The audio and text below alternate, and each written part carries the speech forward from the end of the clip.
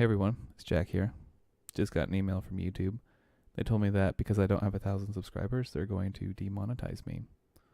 That was a pretty hard blow, seeing as how last month I got a whole 7 cents from the program, so it'll be missed. Anyways, to celebrate, I decided to create a video. Hopefully I'll be doing a lot more of these in the near future. But we're going to be doing a playthrough of a track called Orchestral Build-Up. It's one that I recently wrote. I write these tracks as stock music, and I sell licensing for them through a site called Audio Jungle. And I'm going to be doing a lot more playthroughs of some of the tracks that I'm writing. Anyways, we'll go ahead and do a playthrough, and then I'll explain some of the instruments.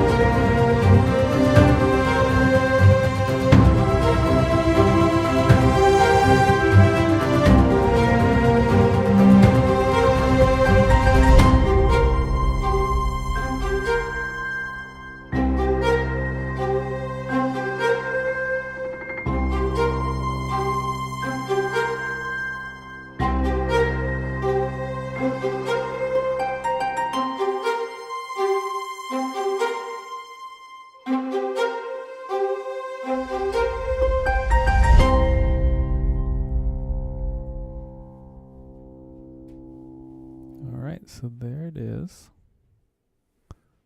Hold on while my computer loads. So let's take a look at some of the instruments. Okay. So for the strings, I'm using a new library from ADO called Century Strings.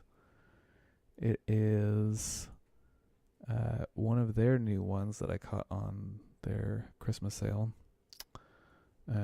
It was a little pricey, but it's so far a really great library. And this track was really kind of a practice track, playing around with their strings. Takes an insane amount of time to load, which is a little obnoxious, but we'll get over it. It's got a ton of different articulations, like a ton, for each string, or for each section. So that's been cool. So this is just the staccato on the viola. And then looking at some of the others.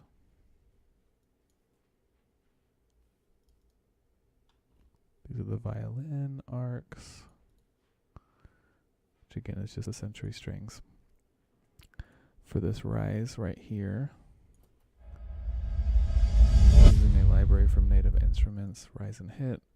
I made this custom patch. It's just got a sub bass and a piano hit, whatever that is. And then I've got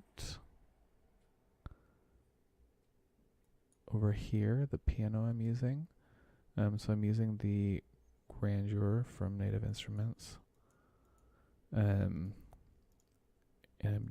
I've got it set to a convolution reverb, and the automation I have going on makes it sound like this. So it's essentially just like boosting that reverb, gives it kind of a weird bowed sound. Oh, I'm also using, I forgot over here, I've got some flutes. They don't play a huge role in the track. I'm trying to increase the number of instruments in my track to make them sound a little bit more dynamic. The flute library I'm using is Woodwind Ensembles from Symphony Essentials. Back before Complete 11 was released, Native Instruments, in partnership with whoever else was the person who made this, they released this library called Symphony Series, and it was like ridiculously expensive. And then they told everyone, we're not going to include this in Complete 11, so you better buy it separate. That was kind of only a half-truth, because they did include it, but they called it Symphony Essentials, which is essentially the same thing except for with about half of the articulations. But in this case, it's got enough. And so that's just their flute. I've got another piano. I always split my pianos. My top piano is... There we go. My top piano I always have a little bit wider than my bass piano, and I have it a little bit harder, like the tone of the piano I have it harder, so it'll cut a little bit more. If I do that, if I keep my bass like that, then my bass gets really muddy. So I like to do two different pianos. The harp sound that you hear is from the Contact Factory library.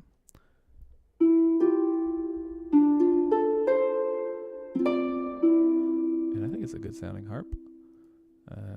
Not really a harp player, so I don't really know what a good harp sounds like, but I figure the people listening or buying this track probably aren't harp players either, so if it sounds good enough, then it's good enough. And then over here, with the cellos, that's where you'll hear that melody line.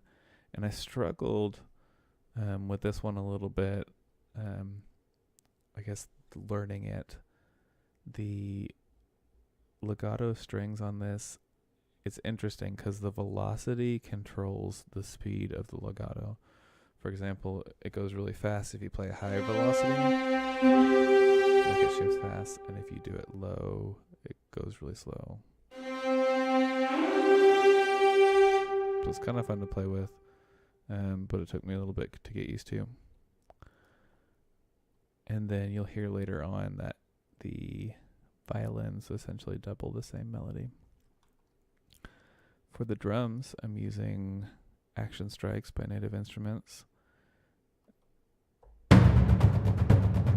It's basically like cheating because you just have to press one note essentially and it does what you need. It's got, you could do the high section, mid, the low, and then all together. And you'll see it starts with the high, then adds the mids, and then goes down to the low. It was really easy to do. So it's a great library. Kind of cheating, but whatever. And what else we have?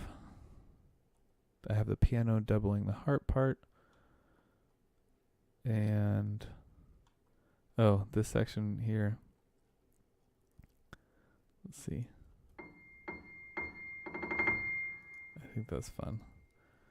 That I like to take real instruments and do unrealistic things with them.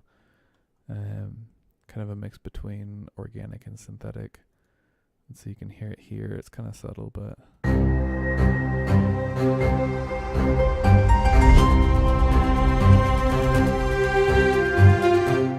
Anyways, it's fun.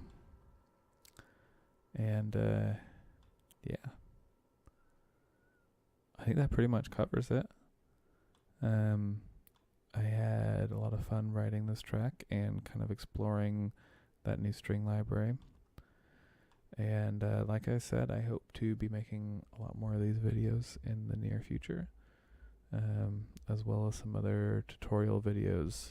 I'm I'm certainly not the best out there, but it's fun to learn and to get comments from you guys as I go. I've actually had a lot of people from YouTube share new ways of doing things and new workflow techniques, so it's been really helpful. And I hope to see you around.